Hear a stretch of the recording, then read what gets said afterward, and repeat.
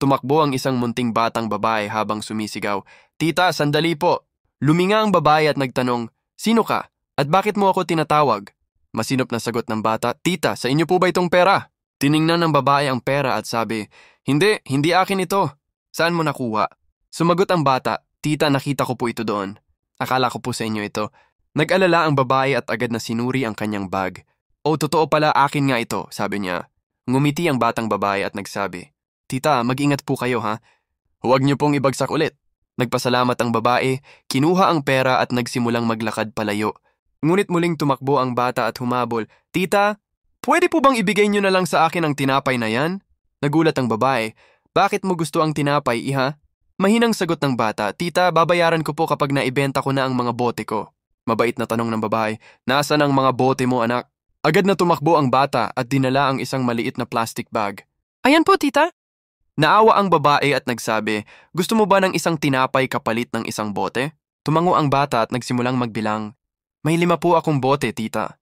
Ngumiti ang babae at sabi, "May 8 akong tinapay, ibibigay ko na lahat sa'yo." Umiling ang bata, "Hindi po.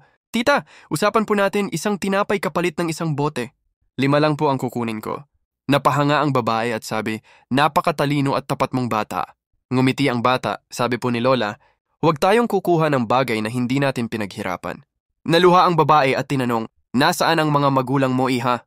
Malungkot na sagot ng bata, "Hindi ko pa po sila nakikita. Kasama ko lang po ang mga lolo't lola ko." Muli siyang tinanong ng babae, "Nasaan naman sila ngayon?" Tumingin sa lupa ang bata at sabi po nila, umalis na sila at pumunta sa malayong lugar. Napaiyak ang babae at niyakap ang bata ng mahigpit. Umiiyak din ang bata sa kanyang yakap. Mahinang tanong ng babae, "Anak, nasaan ang bahay niyo?" "Delikado ka dito sa kalsada." Pinahid ng bata ang luha at tanong, "Tita, pwede ko po ba kayong tawaging nanay?" Ngumiti ang babae ng may init at sagot, "Siyempre anak, huwag ka nang umiyak." Yumakap muli ang bata at mahinang bulong, "Nanay." Mas hinigpitan ng babae ang yakap at tanong, "Saan ang bahay mo?" "Ihahatid kita." Itinuro ng bata, "Ayan po, dun lang." Binuhat ng babae ang bata at sabay silang naglakad pa uwi. Kung lahat ng tao ay may katapatan at kabutihan ng puso tulad ng munting batang babae at ng babae, walang sino man sa mundo ang makakaramdam ng pag-iisa. Ang katapatan at kabutihan ng puso ay kayamanan na hindi kailanman maluluma.